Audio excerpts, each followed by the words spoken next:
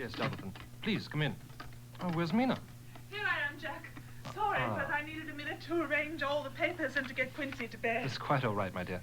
Now, what shall we do, boy? You're in charge. Well, if you don't mind, I'd like us to sit down at the table where I've arranged the gramophone. You mean over here? Yeah, Mina, if you would place yourself here, and Jonathan, you here. Is this about right?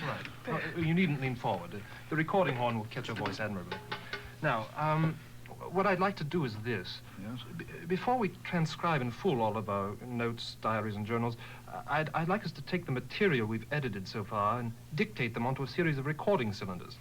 You know, once assembled thusly into a workable format, I mean, I'd like you, if you'd be so kind, to type them. And this typed version then can act as an outline of sorts onto which we can add, subtract, and rearrange our information. Splendid. Marvelous idea. Well, now then, how do you work this thing, Jack? Oh, I'll operate it for you, Jonathan. I think you'd be best to start, since yours were the earliest experiences. Yes, I agree, yes. Do you have your notes? Here, I've got them. All right. You know, this may be a rather painful thing to dredge up all these memories after all this time. Are you both certain you want to go through with it? Goodness, Dr. Seward, after what we've been through, I fancy it would be silly after it's all over to suddenly become squeamish. Good girl. How about you, Jonathan? Well, if I didn't think it was important, I wouldn't be here. Right. It's settled then. Here, let me just... There. If you don't mind, I'll just start off with a short prefatory remark. Go right ahead. How this information has been placed in sequence will be manifest in the review of it. All needless matters have been eliminated so that a history which is almost at variance with the possibilities of later-day belief may stand forth as simple fact.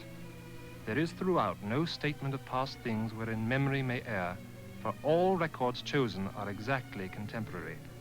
Also, they are given from the standpoints and within the range of knowledge of those who made them. We know this is the 19th century, and we don't expect this account to be readily believed. But I assure you that the agonies we have suffered, the evil we have witnessed, are absolutely real. It is then the true object of this chronicle to detail in full, for the benefit of those who would be, what we know of the serious threat that was posed to our countrymen by the insidious Count Dracula.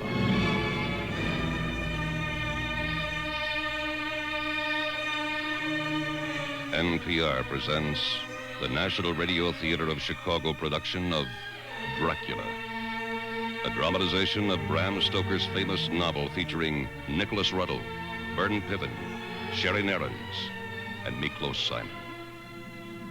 5th of May. I must have been asleep. For certainly, if I had been fully awake, I must have noticed the approach to such a remarkable place. In the gloom, the courtyard looked of considerable size.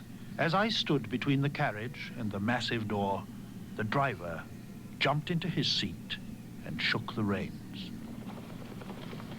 I stood in silence where I was, for I did not know what to do. Of bell or knocker there was no sign. Through these frowning walls and dark window openings, it was not likely that my voice could penetrate.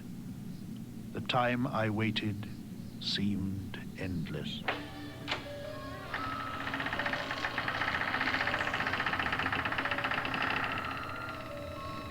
Welcome to my house. Enter freely and of your own will. Thus spoke a tall old man, clean-shaven save for a long white moustache, and clad in black from head to foot. Welcome to my house. Come freely, go safely, and leave something of the happiness you bring. Count Dracula? I am Dracula. And I bid you welcome, Mr. Harker, to my house. Come in. The night air is chill, and you must need to eat and drink. Well, thank you, sir. No.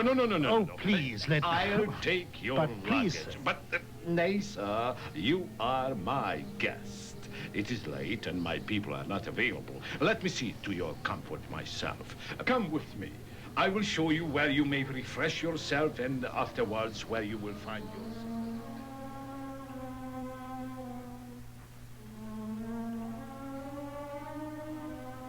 Excuse me that I did not join you at supper, Mr. Harker.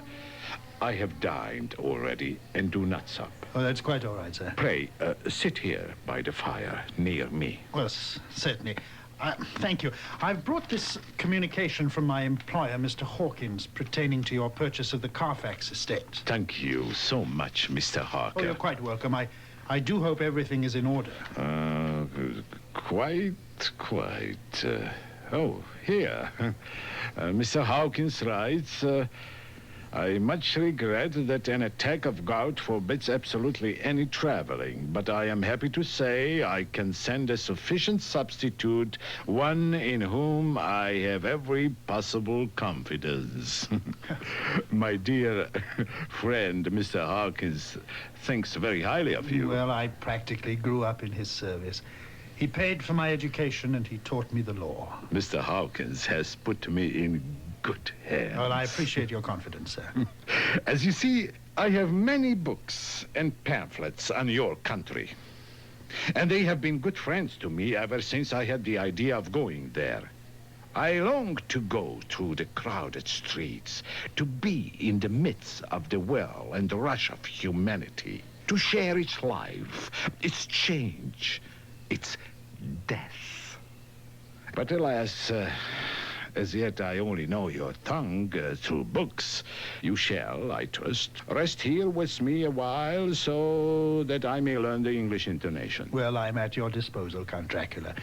I wonder then, if I'm to be here with you for several days, if I may be permitted, well, that is, I'm not familiar with your customs and do not know how free I should allow myself to be in coming and going through your castle. Oh, you may go anywhere you wish, except where the doors are locked, where, of course, you will not wish to go. But of course. You may see some strange things about you, but remember, there is reason that all things are as they are. Oh, I'm sure of it, sir. We are in Transylvania, and Transylvania is not England.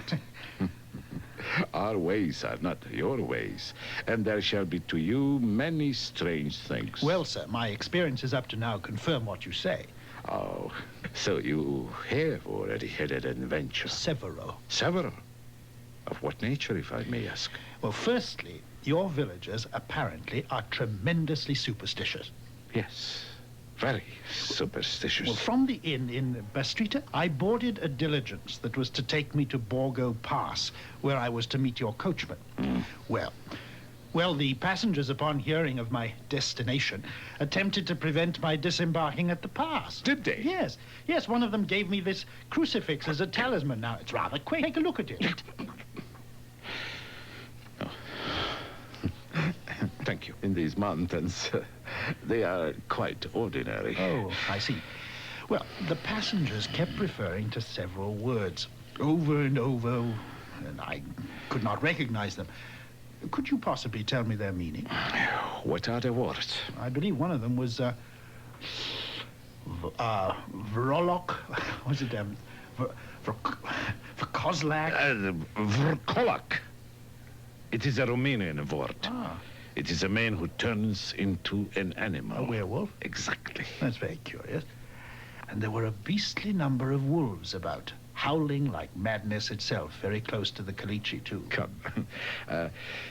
Tell me of London, of the house you have procured for me. Yes, of course, I'm sorry.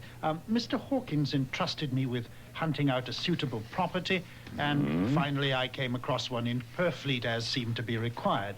It's surrounded by a high wall of ancient structure, built of heavy stones. The estate is called Carfax, as you know. It contains in all some 20 acres. There are but a few houses close at hand, one being a private lunatic asylum. It's not, however, visible from the grounds. I'm glad it is old and big. I loved the shade and the shadow, and would be alone with my thoughts when I may. You have, I trust, brought the necessary papers. Yes, certainly. They're in my room. We can take care of all that tomorrow. For I perceive, my friend Harker, that you are tired. And I, too, wish to retire. Yes. Well, we've been up a considerable time. Why? It's almost daylight. Those wolves again. Listen to them. The children of the night. What music they make. Oh, sir. You dwellers in the city cannot enter into the feelings of the hunter. But come, your bedroom is all ready, and tomorrow you shall sleep as late as you wish. I have to be away till the afternoon, so sleep well.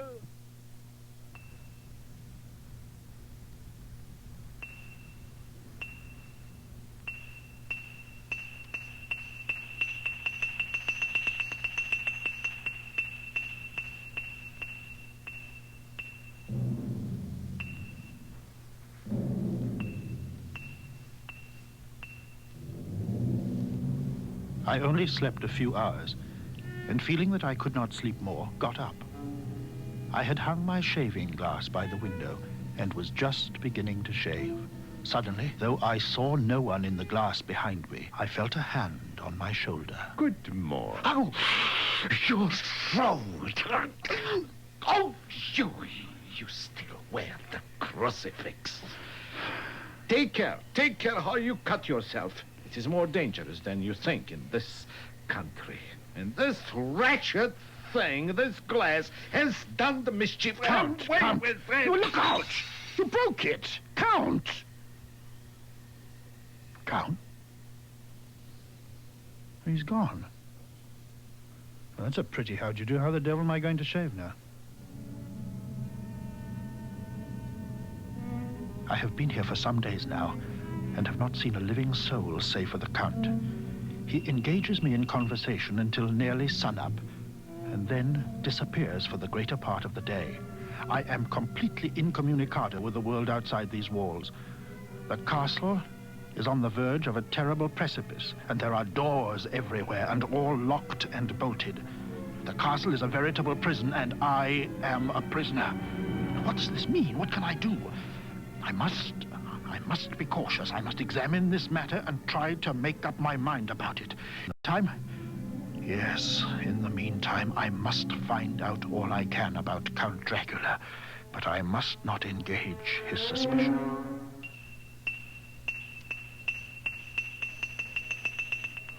For in our veins flows the blood of many brave races who fought as the lion fights for lordship.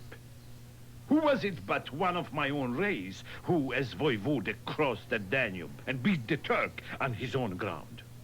This was a Dracula indeed.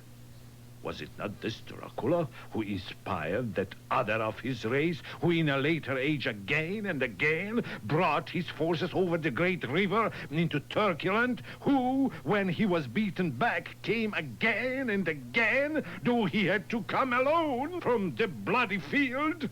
Oh, young sir, the Seikais and the Draculas, as their heart's blood, their brains and their swords, can boast a record that the Habsburgs and the Romanovs can never reach. The warlike days are over, and glories of the great races are as a tale that is told.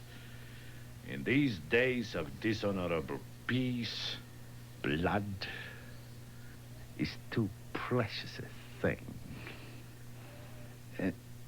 How is your cut healing, Mr. Harker? But it is growing late. It is almost sunup. I have some questions I must put to you about my new London home. Carfax, is it? Carfax, yes. Tell me, my friend, is it possible for a gentleman in England to retain more than one solicitor? Of course. And such is often done by men of business who do not like the whole of their affairs to be known by any one person. Good. Pray, Mr. Harker, have you written to our friend, Mr. Peter Hawkins, or to any other? Frankly, no.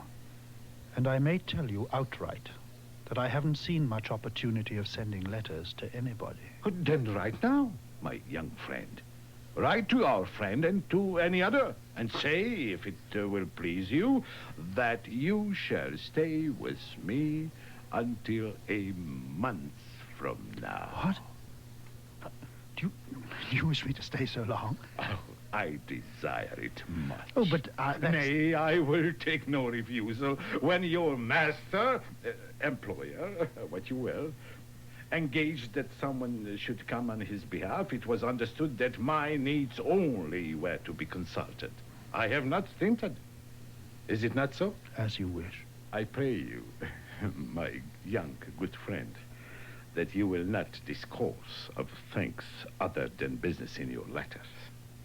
It will doubtless please your friends to know that you are well and that you look forward to getting home to them. Is it not so? I have written the correspondence as he directed, but have included a letter to Mina in shorthand, advising her of my plight. When the Count saw it... How did this get here? It is a wild thing. An outrage upon friendship and hospitality. It is not signed. Well, so it cannot matter to us. This other letter to Hawkins, that I shall, of course, send, since it is yours. Your letters are sacred to me. Let me, before I forget, let me advise you, my dear young friend. Nay, let me warn you that should you leave these rooms, you will not by any chance go to sleep in any other part of the castle. It is old and has many memories, and there are bad dreams for those who sleep unwisely. I shall not fear to sleep in any place where he is not. I have placed a crucifix over the head of my bed, and there it shall remain. I'm beginning to feel this nocturnal existence tell on me. It is destroying my nerve. God knows that there is ground for any terrible fear in this accursed place. But as I lean from my window, my eye is caught by something moving a story below me. The Count, emerging from the windows. He's crawling down the castle wall over that dreadful abyss, face down, with his cloak spreading out around him like great wings. What manner of man is this? Or what manner of creature is it in semblance of man?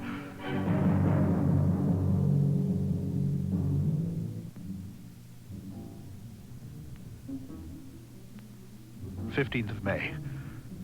Once more have I seen the Count go out in his bizarre fashion. I thought to use the opportunity to explore more than I had dared to do as yet.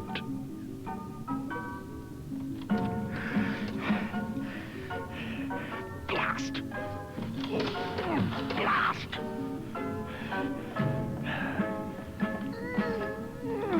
This one may give. Come! Oh, dear.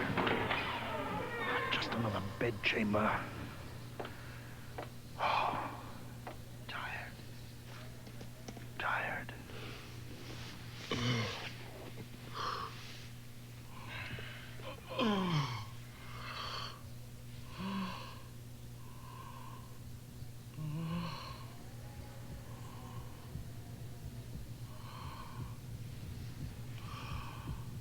Go on. You are the first, and we shall follow. Yours is the right to begin. He is young and strong. There are kisses for us all. Strong and virile. Yes, I shall begin. Stand back, and I will go to him and kneel beside him. Hold! How dare you touch him, any of you? How dare you cast eyes on him when I had forbidden it? Back! I tell you all, this man belongs to me. You yourself never loved. You never love. Now I promise that when I am through with him, you shall kiss him at your will.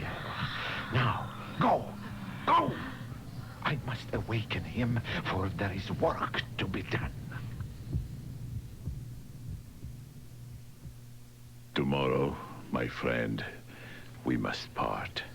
You return to your beautiful England, I to some work which may have such an end that we may never meet. Well, why may I not go tonight? Because, my dear sir, my coachman and horses are away on a mission. But I would walk with pleasure. I want to go away at once. And your baggage? I do not care about it.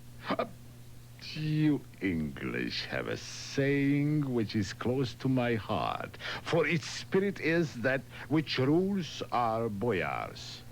Welcome the coming, speed the departing guest. Come with me, my dear young friend. Not an hour shall you wait in my house against your will, though sad am I at your going and that you so suddenly desire it. Here. Let me unlock the door.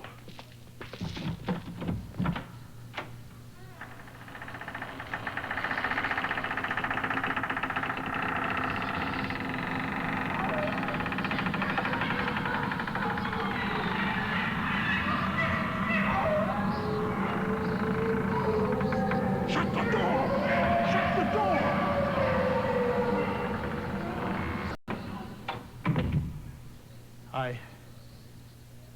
I shall wait till morning.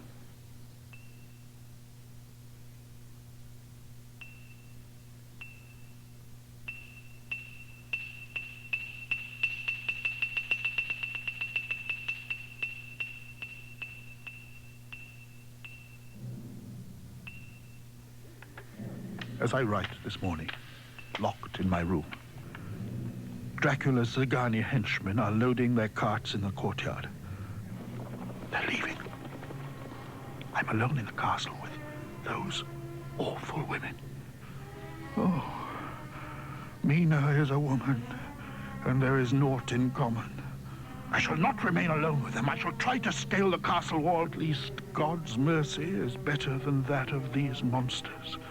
But the precipice is steep and high. At its foot, a man may sleep as a man.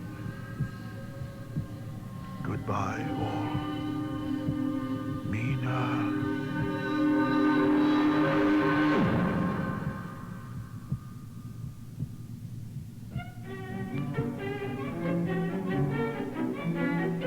24 July, Whitby. Lucy met me at the station looking sweeter and lovelier than ever. Mina! Lucy! Oh, Mina, how good it is to see you again. And I can't tell you how I've been looking forward to this. I too. Oh, Mina. Remember the days when we were together always, when we tell all our secrets to each other and laughed and cried It was together? wonderful, wasn't it? But we're not children anymore, Lucy, and our lives as women forbid many of the cherished moments that we used to share. I must work to live. Then while you're on holiday, let us make the most of our time together. Here, here. Come, let us get your traps and catch a cab to our rooms. Once we get your things put away, I can show you Whitby in all its color.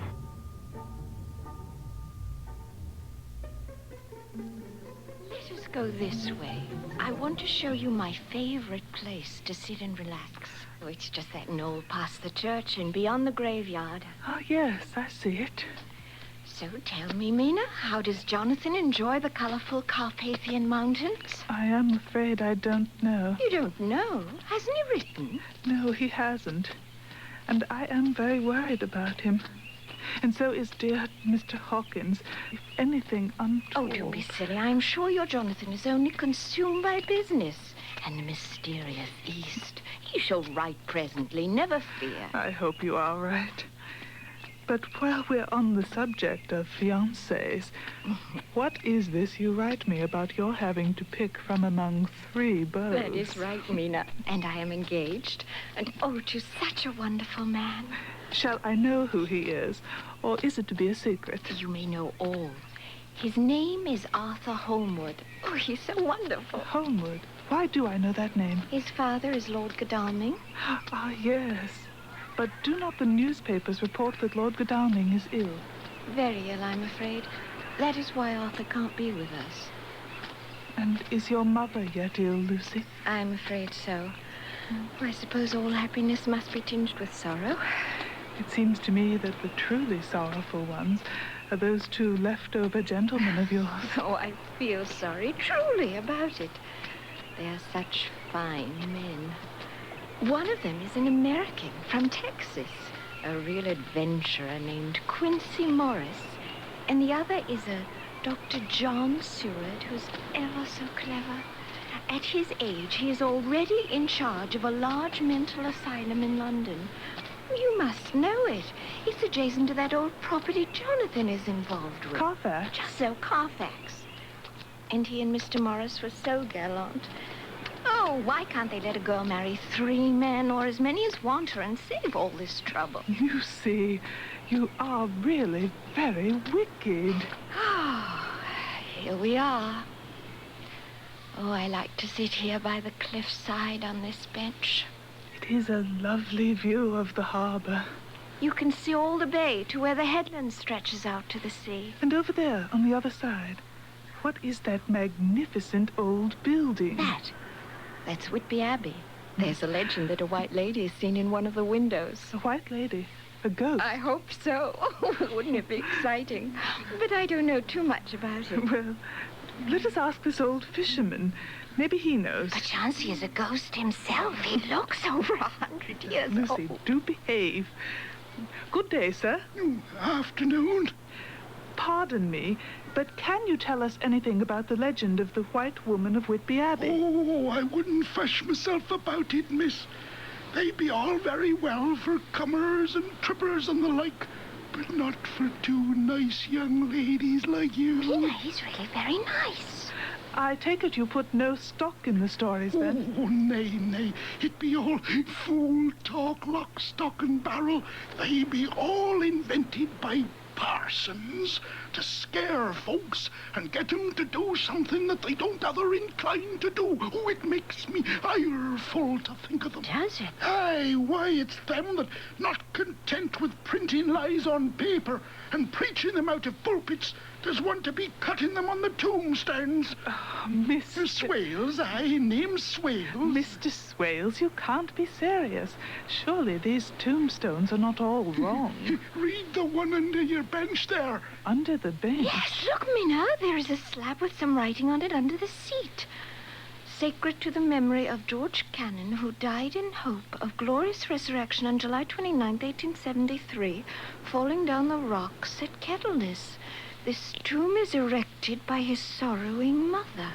Strange for a grave to lie on this path instead of behind us in the graveyard. Yeah, well may you wonder at it. Really, Mr. Swales, I don't see anything very funny in that. Oh, you don't see anything funny, eh? But that's because you don't know that the sorrowing mother was a hellcat, and that she hated him because he was a crooked, and he hated her so that he committed suicide.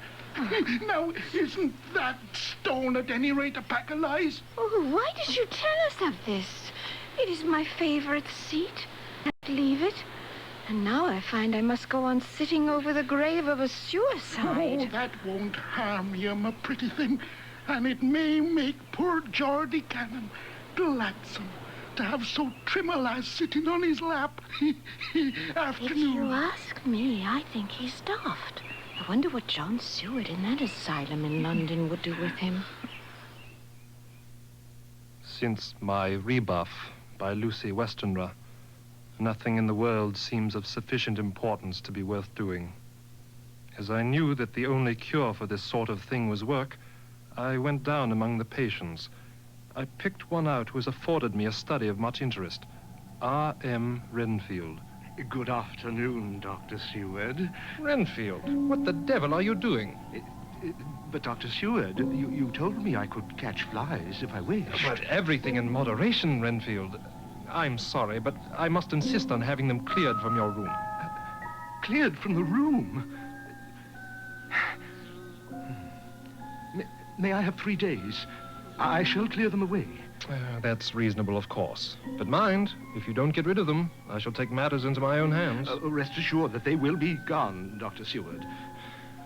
He has turned his mind to spiders and keeps feeding them with his flies. They are now becoming as great a nuisance as his flies were. Must I, Dr. Seward? I'm afraid so, Renfield. At least you must clear out some of these spiders. Then I can keep a few of them? As long as it's a reasonable number. Shall we say 3 days as before? Oh, certainly, Doctor. And thank you. Wait! Don't move! What are you about now? Blowfly. Yeah, I've got it. What are you doing? Renfield, that's disgusting.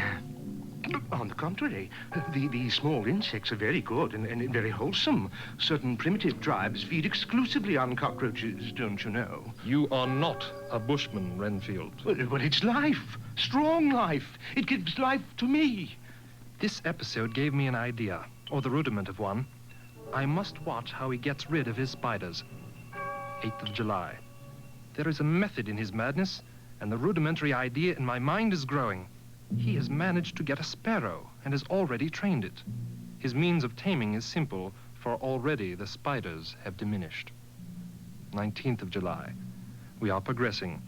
My friend has now a whole colony of sparrows, and his spiders are almost obliterated. Oh, Dr. Seward, I need to speak to you about a favor. A very, very great favor. A kitten.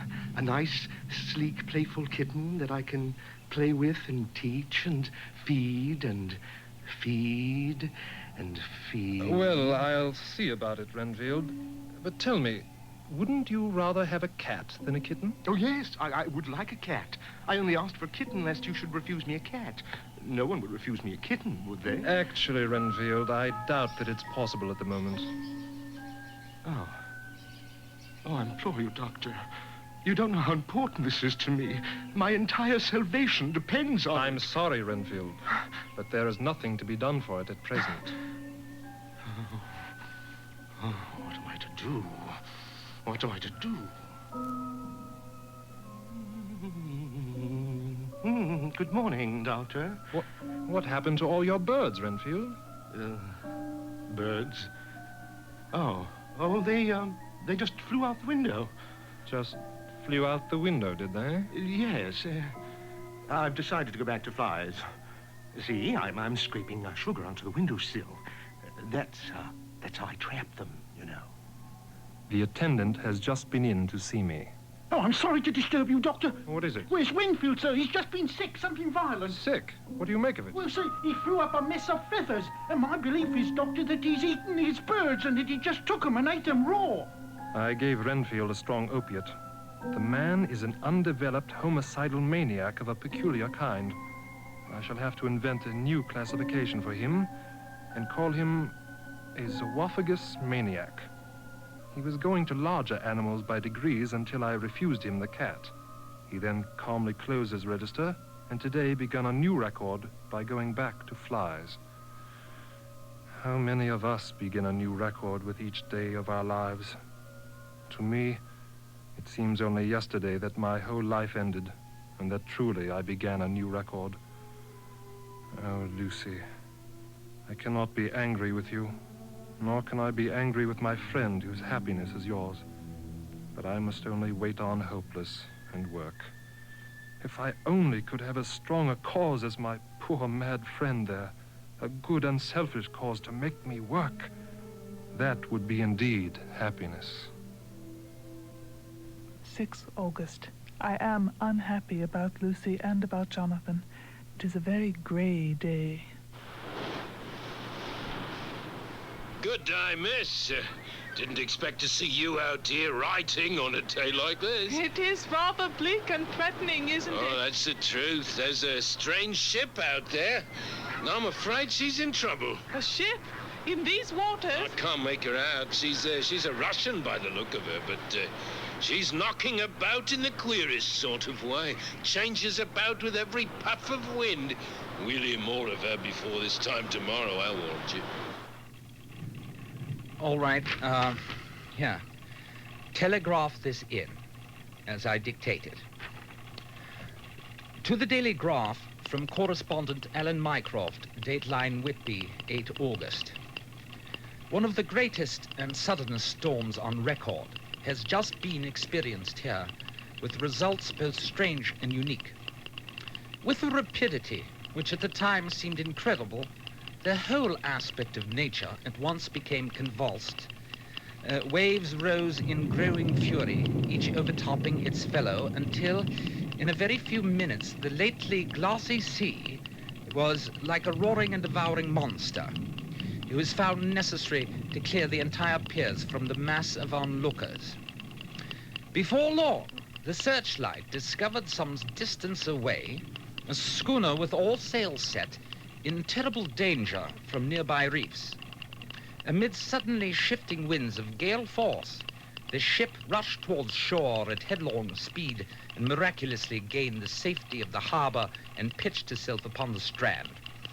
The searchlight followed her, and a shudder ran through all who saw her, for lashed to the helm was a corpse with drooping head, which swung horribly to and fro at each motion of the ship.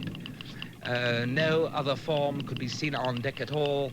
The ship had found the harbor unsteered, save by the hand of a dead man. There was, of course, a considerable concussion as the vessel drove up on the sand heap, but at the very moment the shore was touched, an immense dog sprang up on deck from below, jumped to the sand, made straight for the cliff where the churchyard hangs over the laneway, and disappeared into the darkness. And Storm's passing. Thank God. Must write a report.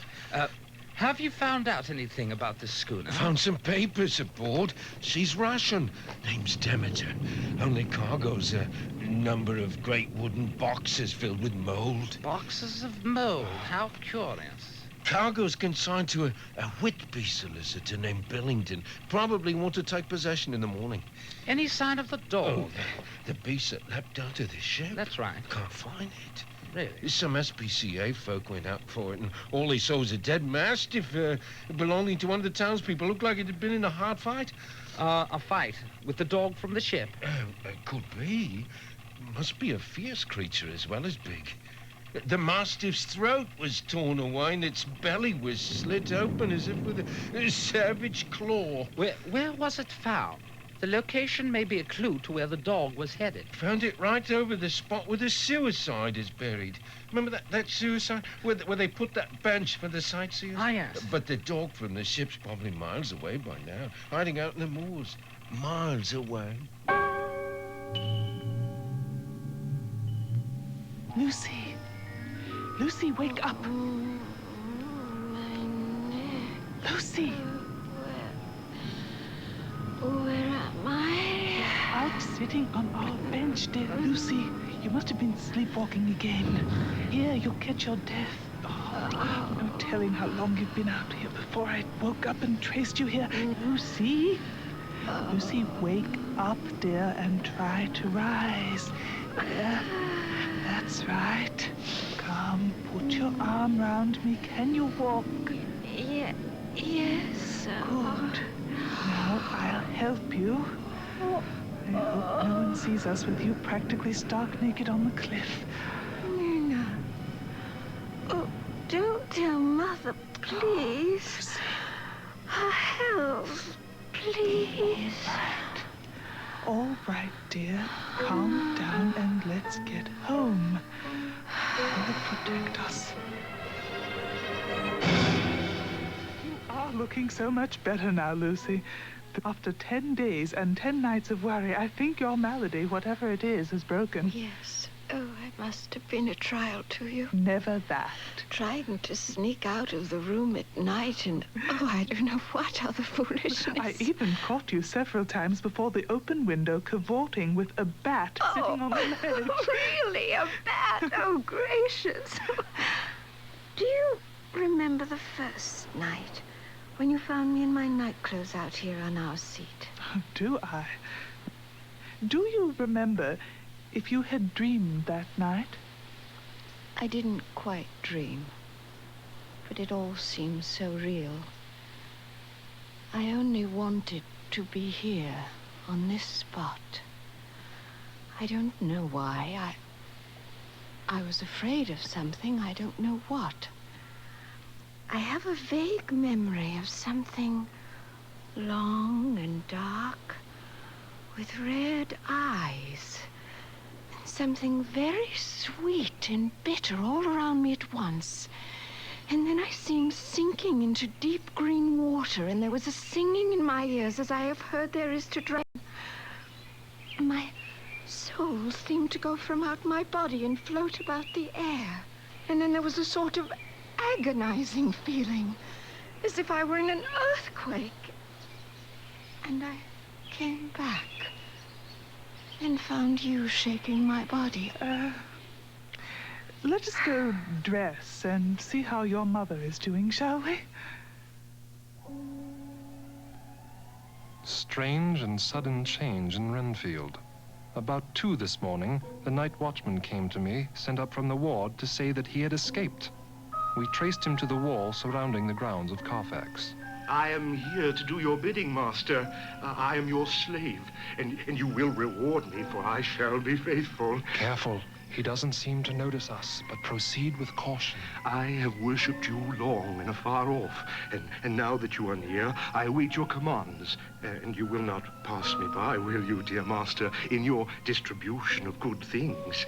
Let me go! You don't count! Master's at hand! Let me go! I never saw a lunatic in such a paroxysm of rage before. He is safe now, at any rate. Jack Shepherd himself couldn't get free from the strait waistcoat that keeps him restrained, and he's chained to the wall in the padded room. I shall be patient, master. It is coming. Coming. Coming.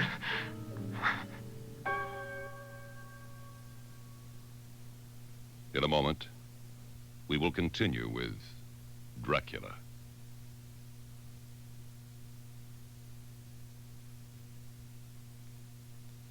Dracula.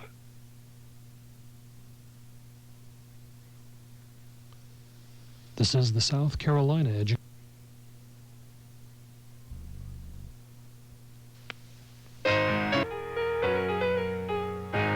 You see, he's safe. He's alive. What is it? Jonathan, he's all right. Jonathan! Yes. Oh, thank God. He's been ill. That's why he did not write. Look, Mr. Hawkins sent this to me this morning. He wrote so kindly himself and is sending me to Budapest. Budapest? Yes. Jonathan's in a hospital in Budapest recovering from a brain fever. Mr. Hawkins says it would not be a bad thing if we were to be married out there. Oh, Mina. I must pack. I Come must get on, ready. I'll help you. The case of Renfield grows even more interesting. 3 nights has the same thing happened. Violent all day, then quiet from moonrise to sunrise. I feel there is something ominous in his calm. Jack, I must see you. Arthur, what is it that brings you here so late? It's Lucy, Jack. She's ill. Ill? I daren't speak to her mother, who is so ill herself that any agitation will only hasten the end. I'll come at once. Just let me pack my gear. Dear Art, I am in grave doubt about Lucy's condition. I've written to my old friend and master, Professor Van Helsing of Amsterdam. He is one of the most advanced men of science of this day. Now that you've examined Lucy, Van Helsing, what do you think of her condition? There's no time to lose. She will die of sheer want of blood to keep up the heart's action as it should be. There must be a transfusion at once. Jack. Arthur! I was so anxious. I read between the lines of your letter. The dad is better, so I ran down to see her for myself. Is this not Mr. Holmwood? Yes, and you must be Professor Van Helsing. Yeah. Yes, I'm so thankful to you, sir, for coming. Yeah, sir, you have come in time. You are the lover of our dear miss. She's bad, very bad. You are to help her. Yes, well, what can I do for her? We must have a transfusion. Gladly. Good boy, John. You have the equipment. Right here, Professor. Mr. Holmwood, you must roll up your sleeve and come into Miss Lucy's room with us. After the operation, Van Helsing cryptically advised Arthur to leave. When he had gone... Tell me, what do you make of the mark on Miss Holt? 2 punctures. Yeah. Not large, not wholesome looking. Some trituration, possibly. No. It's too small to account for such a loss of blood. I can't say I can make anything out of it. Yeah, I must go back to Amsterdam tonight. There are books which I want.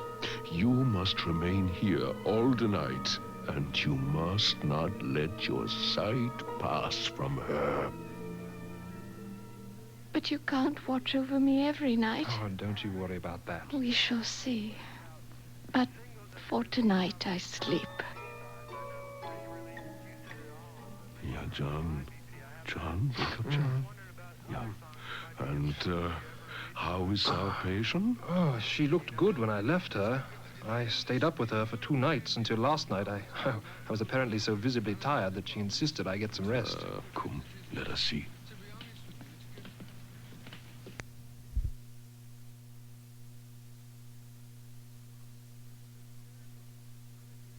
Gott in Himmel!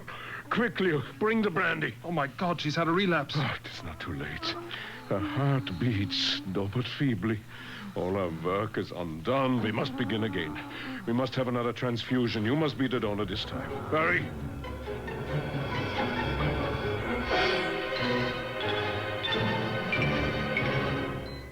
And how is our patient this morning? She appears much better. Ah, excellent. What is that, Professor? White flowers? These are for you, Miss Lucy. Oh, for me, Dr. Van Ah, Helsing. my dear, you to play with? No, these are medicines. Oh. Now, you need not snub that charming nose, or I shall point out to my friend Arthur what woes he may have to endure in seeing so much beauty that he loves so much distort. Oh, but these are common garlic. Oh, you're putting up a joke on I me. never jest. There is grim purpose in this.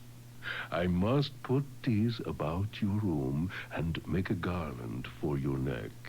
And do not disturb it. Even if the room should feel close, do not tonight open a window or a door. Oh, well, Professor, it's well we have no skeptic here, or he would say that you are working some spell to keep out an evil spirit. Perhaps I am. And the mother removed the garlic in the night? Yes, the room was so close. He thought she was doing Lucy some good. God, what have we done?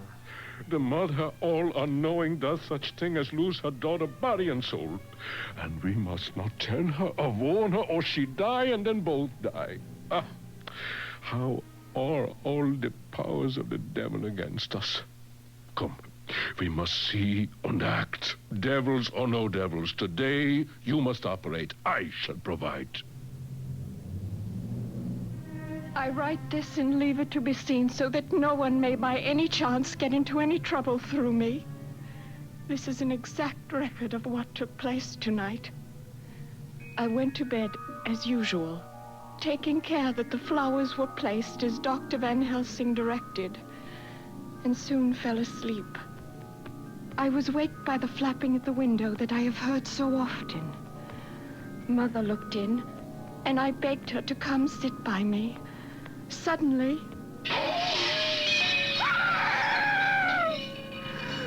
Mother cried out in fright and, clutching wildly, tore the garlic from my neck. For a second, she sat up, pointing at the wolf, but finally slumped over, as if struck by lightning. The room and all seemed to spin around, and I remember no more for a while. It didn't seem long when I gained consciousness. And seeing my poor dead mother, I shouted out, alone with the dead. The air seems full of specks. Go! Shield me from this night. I shall hide this paper in my breast, where they shall find it when they come to lay me out. My dear mother gone. It is time that I go too.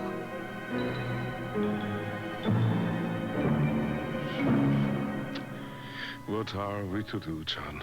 Where are we to turn for help? We must have another transfusion, or that girl's life won't be worth an hour's purchase. You are exhausted already. I am exhausted too.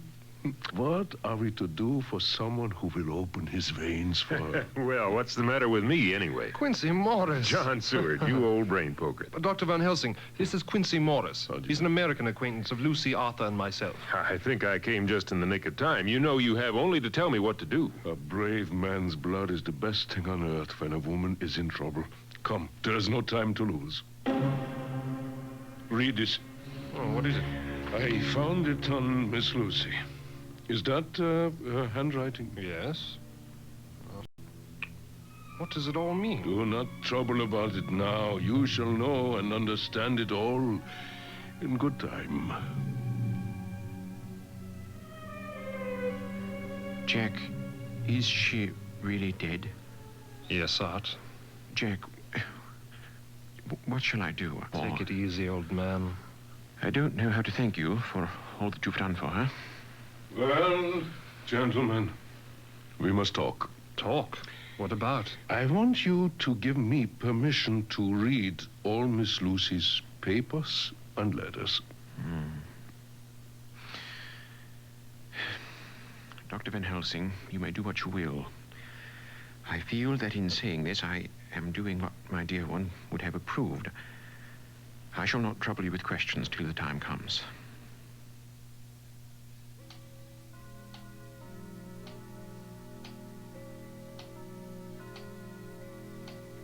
Mrs. Harker, is it not?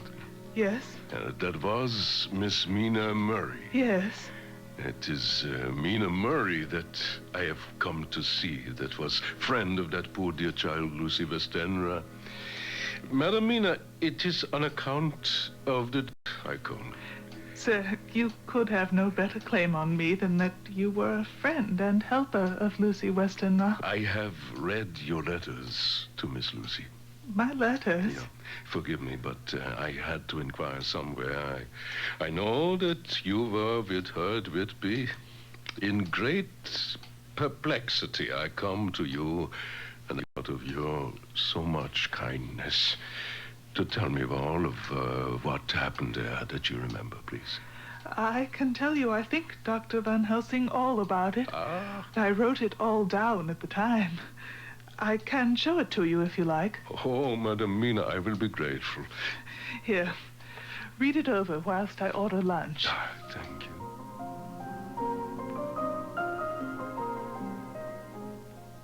Oh, Madam Mina, this paper is sunshine. It will pleasure and delight if I may serve you as a friend. And your husband, tell me of him. Is he quite well? He was almost recovered. But he has been greatly upset by Mr. Hawkins' death. Mr. Hawkins is your husband's late employer? Employer and friend. He gave us everything. This house, his business.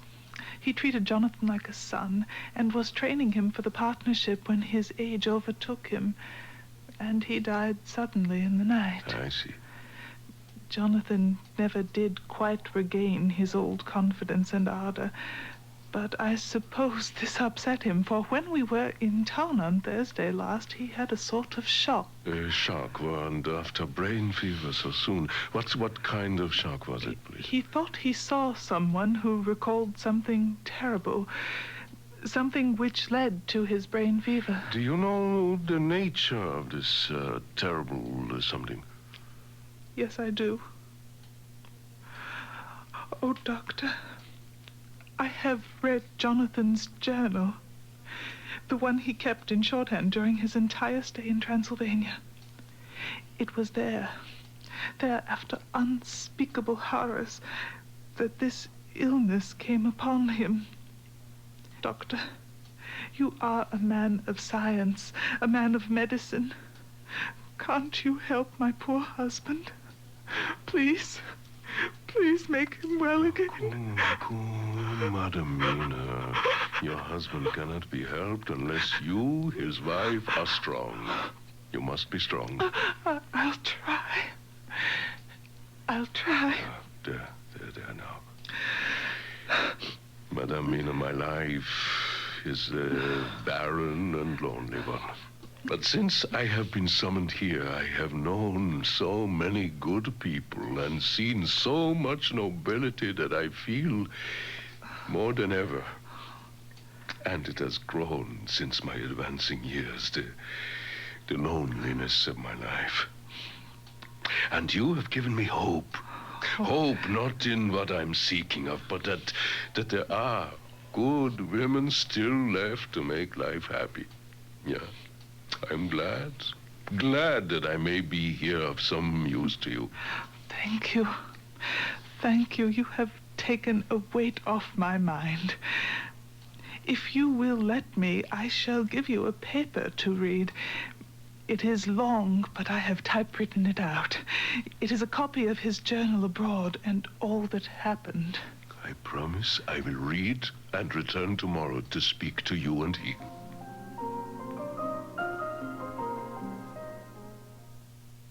You need not worry, for I'm quite convinced that every word of that journal is the truth.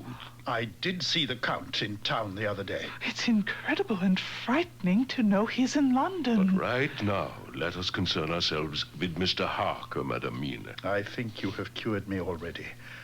I was in doubt of my own senses, but now that veil is lifted from my eyes, and I can see again, and act. If that is true, may I ask you for some help? I have a great task to do, and at the beginning of it is to know. Can you tell me what went before your going to Transylvania? Now, look here, sir. Does what you have to do concern the Count? It does. Then I'm with you, heart and soul. I shall get the bundle of papers. You can take them with you and read them in the train to town. Excellent. Perhaps you will, if I send for you, and take Madam Mina too? We shall both come when you will. Then, excuse me, but something caught my eye in your newspaper. May I see it? Oh, certainly.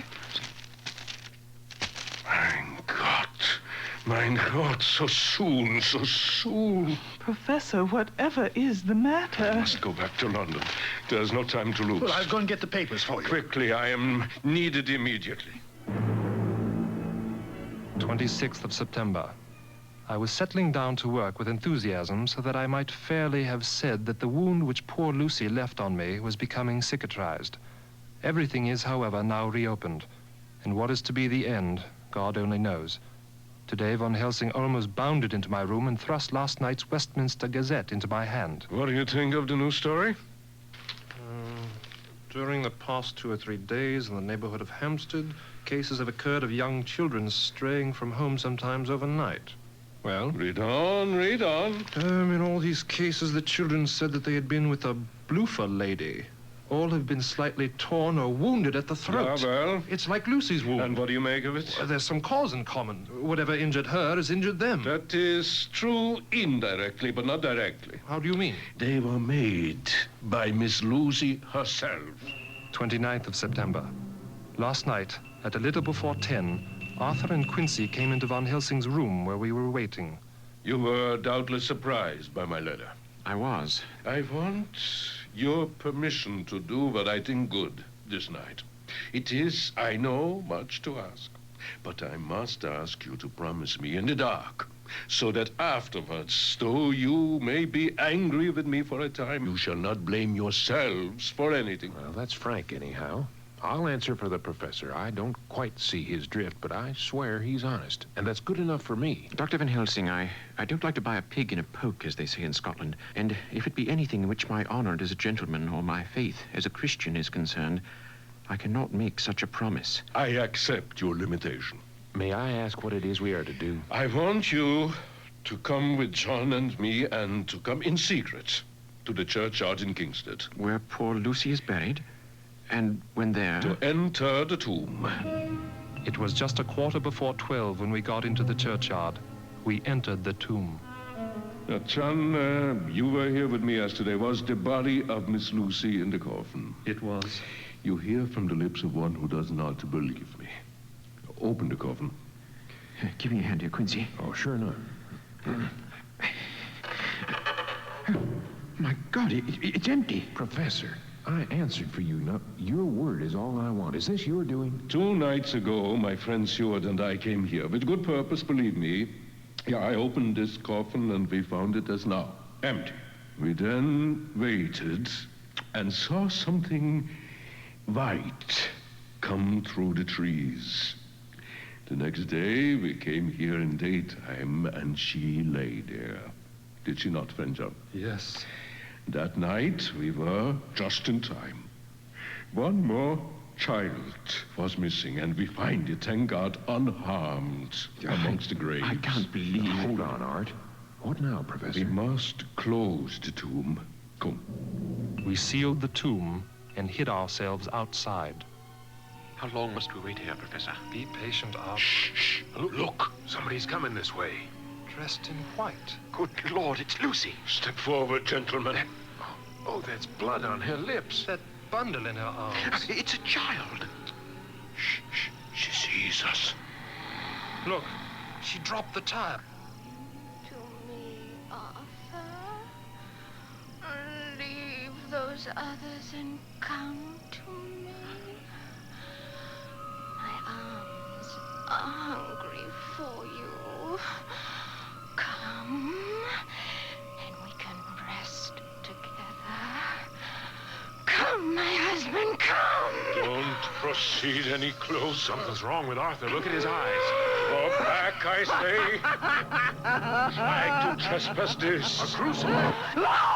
She jumped back at the sight of it. There she goes toward the tomb. And now, my friend Arthur, am I to proceed with my work? Do as you will, my friend. Do as you will. Yeah, you see, she rests in her coffin. You have the books. Read with me. Dies irae, dies illa, solvet saecum infavit. Teste David cum civila, quantus tremor quando iudex est venturus, cum castricte discussuris, tuba mirum.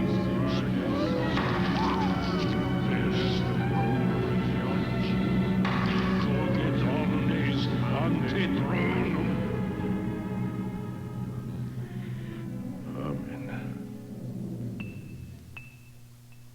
In a moment, the conclusion of Dracula.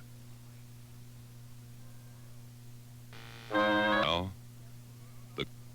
30 September.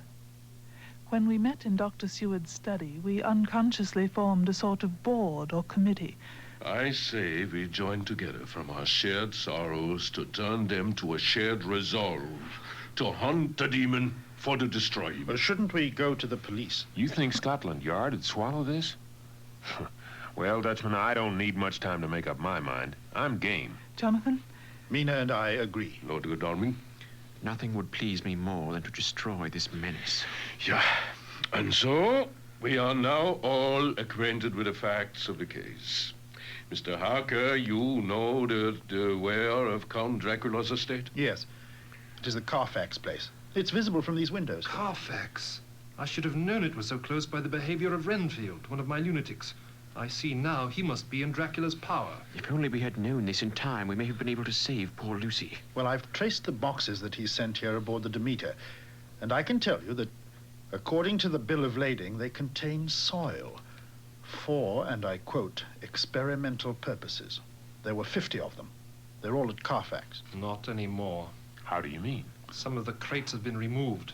When the workmen came to cart them off, Renfield made a fearful row, yelling something that his master was deserting him, and he broke loose to attack the carters. We must locate the boxes. Well, I shall try to see the carter who took them away from Carfax. This could be very important. The vampire must sleep in the soil of his native land. He has removed some of the crates, probably to many spots in the area. To facilitate his movements? Yeah, very likely, friend Quincy. We must find them and sterilize them now.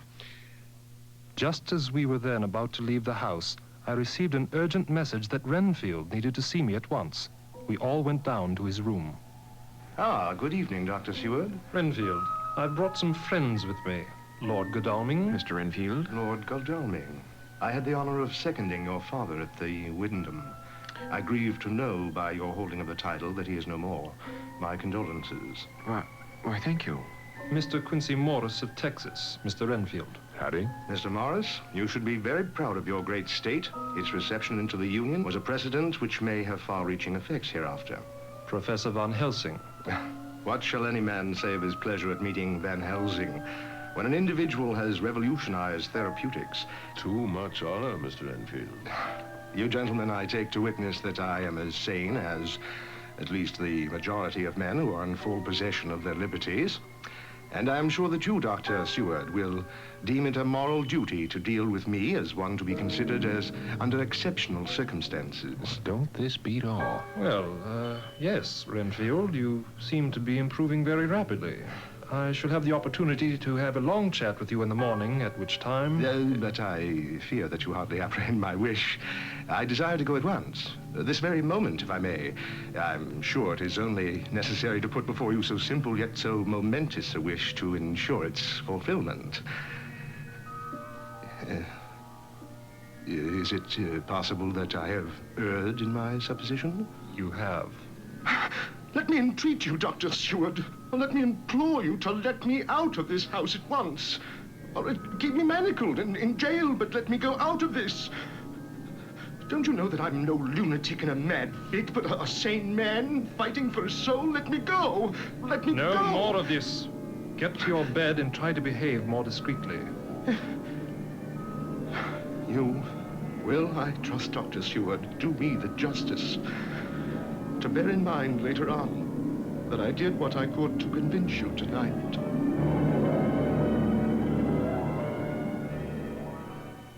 We forced our way into Carfax, only to find 29 boxes left out of the 50. We returned, and I found Mina asleep. She looks paler than usual. Rats, rats, rats, thousands of them, millions. All these will I give you. All these. Rats, rats. We've operated, and I think we've saved him.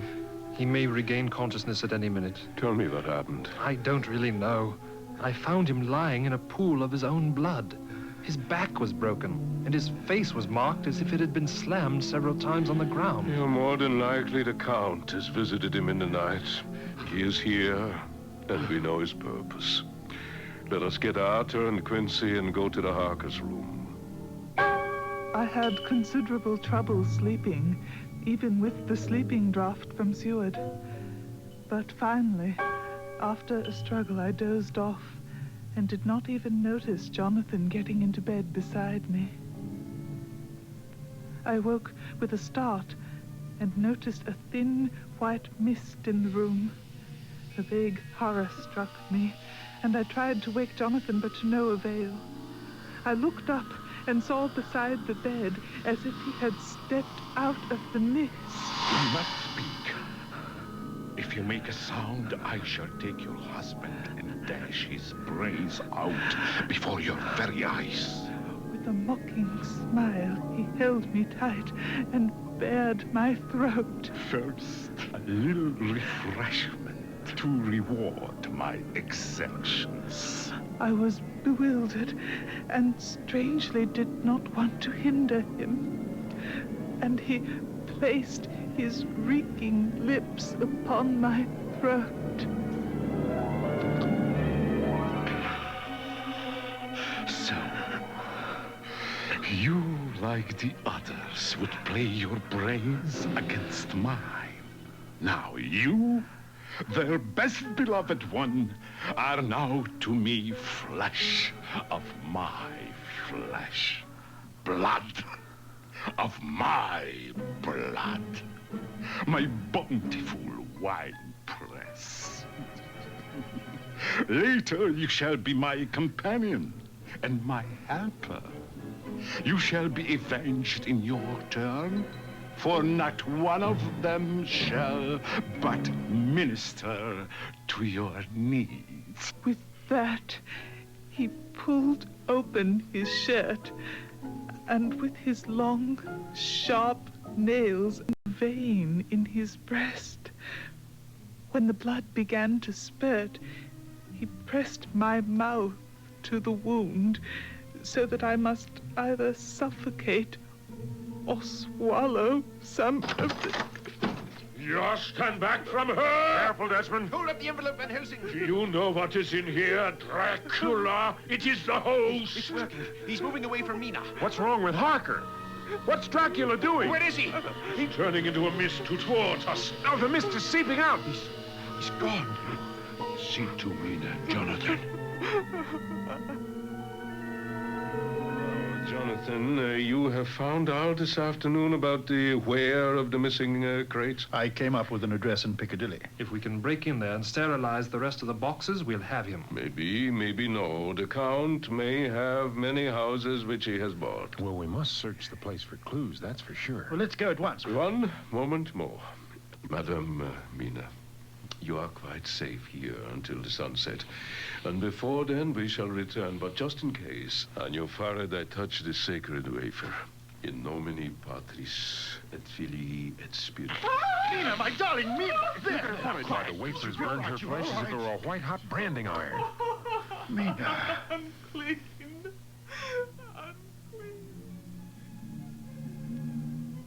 We entered Carfax without trouble. We sterilized the boxes that were there with Van Helsing's religious objects. Later, we had no trouble breaking into the house in Piccadilly. This place smells vile. There are 8 boxes here. The Count is not about. My God. We must find the missing crates. Here, look here on the table. All the Count's papers and a set of keys.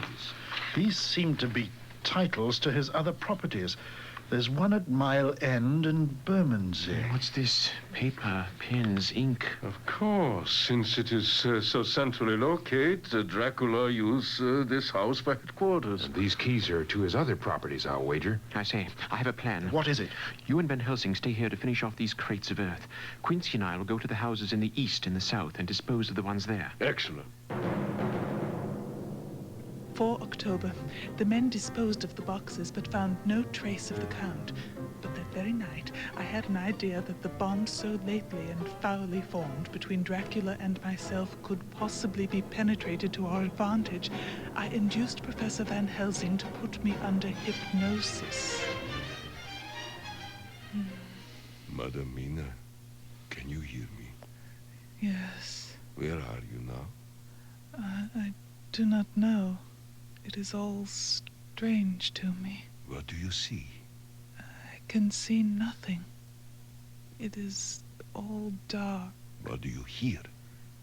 The lapping of water. Then you are on a ship. Oh, yes. What else do you hear? The sound of men stamping as they run about.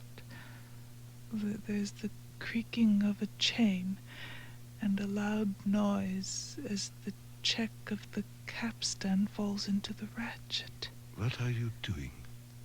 I am still. Oh, so still. It is like death. My friends, Dracula's returned to Transylvania.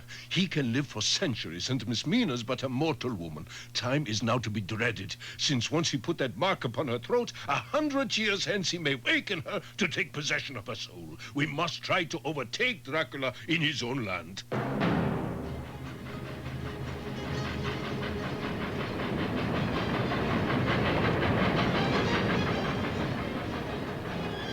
October. While Dracula traveled slowly on water and we made our way swiftly on land, he cleverly eluded us, using his powers to reach into my mind to discover our whereabouts and using them again to reroute the ship. We discovered our predicament in Galax. I shall get a steam launch and follow him. And I horses to follow on the bank lest by chance he land. Good, but neither must go alone. I'll go with Quincy. We've been accustomed to hunt together. Still know how to use a Winchester, Jack? Try me. And you, friend Jonathan, must, because of your strength and youth compared to mine, accompany Arthur on the launch. 5 November. This is to my old and true friend, John Seward, in case I may not see him again. Near sundown, Madam Mina and I came upon the Castle Dracula and made camp. Then, the dark came upon us. I drew a ring so big for her comfort, round where Madam Mina sat, and over the ring I passed some of the wafer. To test of what she could do, I asked her to come over by the fire. I can't move. I can't seem to go without the bounds of this circle you have drawn. I rejoice, for I knew that if she cannot get out, none of those we dread could get in. And so we'll remain until dawn. I will strengthen me with breakfast, and then I will try to my terrible work at the Castle Dracula. Madam Mina sleeps, and thank God, she is calm in her sleep. Now I go to put at peace the wives of Dracula.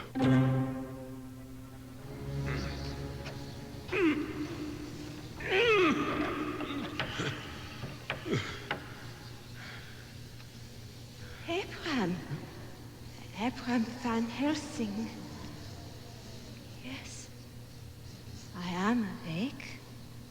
Though powerless to stop you, I am at your mercy. Naked and helpless in my earthen bed. Do I look so menacing to you in the daytime? You have slain my sisters. But can you lift your dreaded hammer to drive that spike through my heart? Did you not hesitate before my sisters? Can you a third time force yourself to such a grisly task? Is that what fighting evil is to you? Murdering 3 helpless women, turning beauty into ruin. Are you not weary after all this fighting, this striving against us? You are so lonely, so old. Will you fight still and keep fighting into your grave? Spare me, Bram Van Helsing. Spare me. And I promise to spare you from a lonely death. You pause, your eyes moisten. You cannot do it, you falter. Yes, Abram, I can promise you eternity. With not 1 wife, but 2. Not just myself. You can take her whom you love already. Mina, hearken.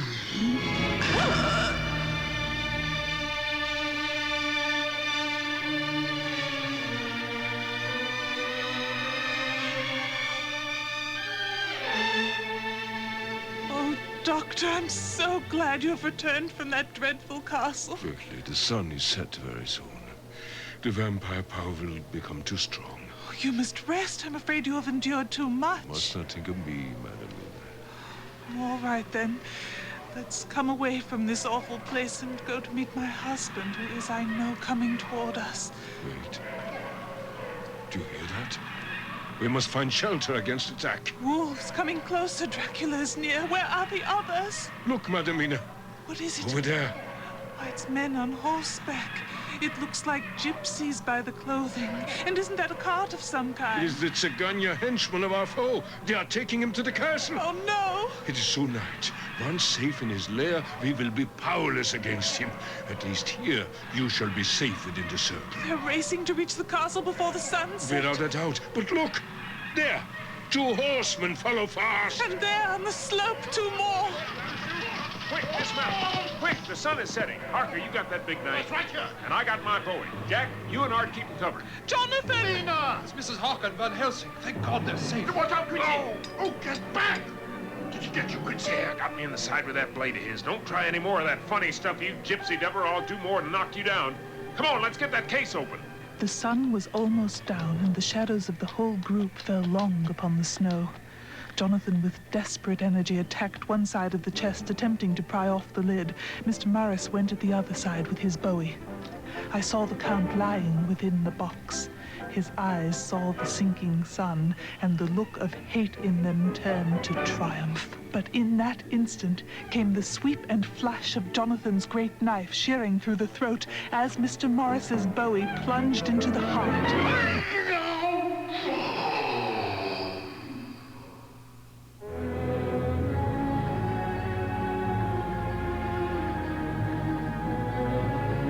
Mr. Morris had sunk to the ground. I fled to him. I'm afraid he's done for. Oh, I'm only too happy to have been of any service. Oh, God. And to our bitter grief, with a smile and in silence, he died.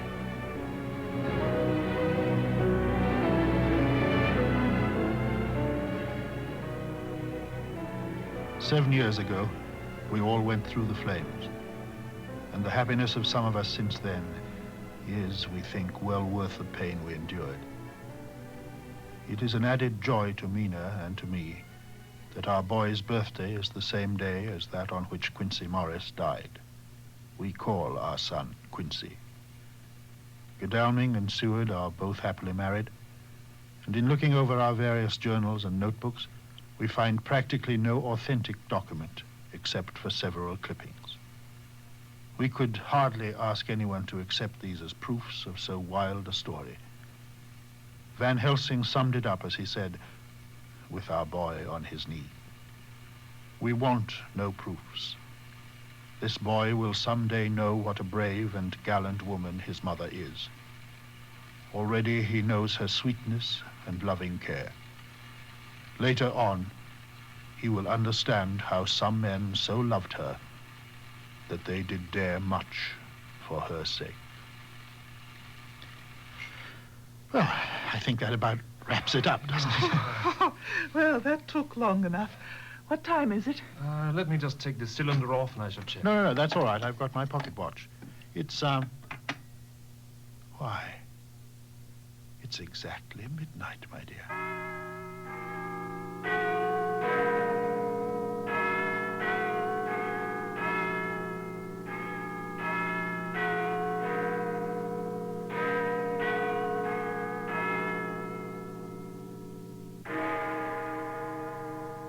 You have been listening to the National Radio Theater of Chicago production of Bram Stoker's Dracula.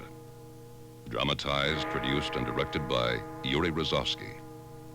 You have heard Nicholas Ruddle as Harker, Sherry Narrans as Mina, Ian Williams as Seward, Diane Ruddle as Lucy, James Doiter as Renfield, Bern Piven as Van Helsing, Tony Lincoln as Quincy, Colin Stinton as Arthur, and Miklos Simon as Dracula, with Karen Elise Swanson, Michelle M. Faith, and Elizabeth Geist. The program was made possible in part by a grant from the Illinois Arts Council and was produced with the cooperation of WFMT Chicago. I am John Doremus. Acquisition of this program was made possible by a grant from the National Endowment for the Arts. Funds for distribution were provided by the Corporation for Public Broadcasting. This is NPR, National Public Radio. Pleasant dreams.